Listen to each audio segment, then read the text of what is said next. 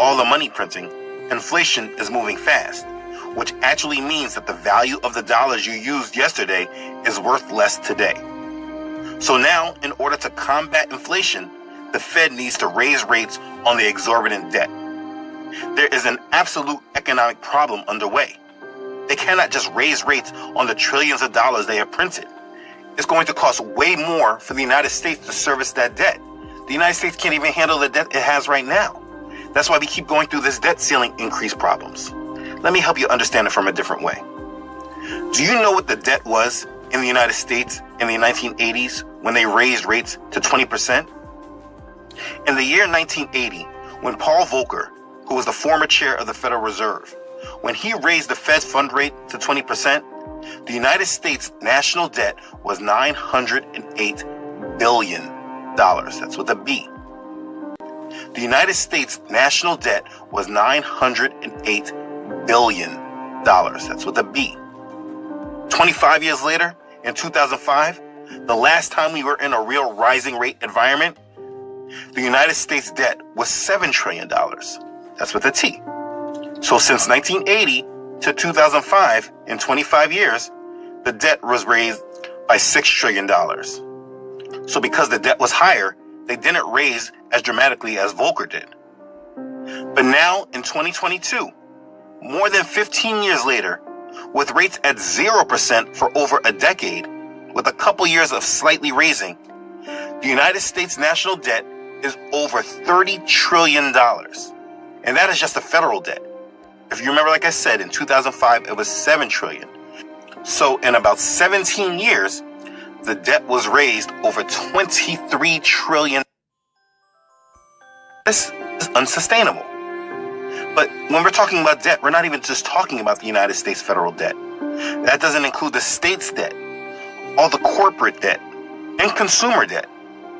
There's just too much debt in this world. But in regards to the national debt, there's $30 trillion of debt, and they want to raise rates. And what Trump said 5 years ago during his debate with Hillary Clinton still stands.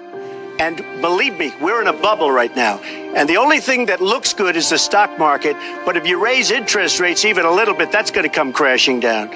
We are in a big, fat, ugly bubble. And we better be awfully careful. Yeah. So I say all of that to show that because we're in a period where economic change is coming in fast and hard, they need a scapegoat to blame for the history books. They have to control the narrative so they can steer the minds of the people where they would like them to be led. So this conflict with Russia is being pushed in order for them to create a proper scapegoat. In the West, they are making Putin the enemy as if he yields this tremendous power. But that's completely ridiculous. These men, including Putin, are Freemasons, and they are working towards their religious goal of creating a new world order. Yes, I said religious goal, but I will get into that in a few. They are. Instead, Twitter and Facebook are proudly censoring any information that might, quote, undermine trust in the Ukrainian government. Really? Since when are we required to trust the Ukrainian government or any government? Don't ask. By the way, over the weekend, because everything in America is unintentionally hilarious now, the New York Times attacked Vladimir Putin for censorship. Turns out he engages in censorship, tries to control what his people can read.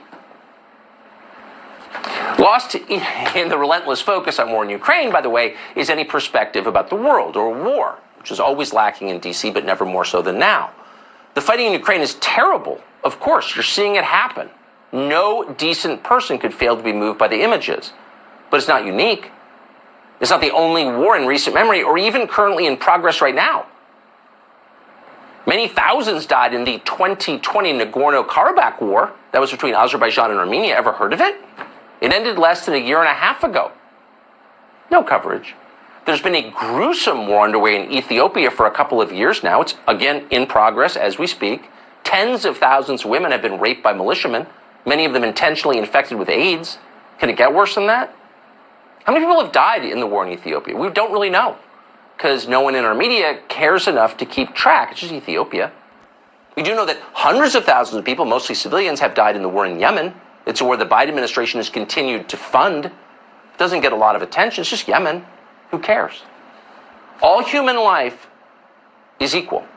All of us are equal in the eyes of God. The death of someone in Ukraine is exactly equivalent to the death of someone in Yemen in its importance, period.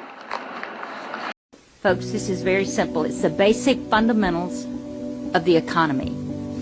When President Biden on day one came in and shut down that pipeline, the Keystone XL pipeline, and then he halted the leases on oil and gas, then he turns around and he looks at Russia and OPEC and says, come save us. Please come and fill that void for us. That's how we got here. We are all trying to give you a winter forecast, and to my knowledge, none of us are meteorologists, so the winter forecast that we're giving you is devastation. When you look at these numbers of propane up 54%, heating oil up 43%, natural gas up 30%, this is a forecast of disaster.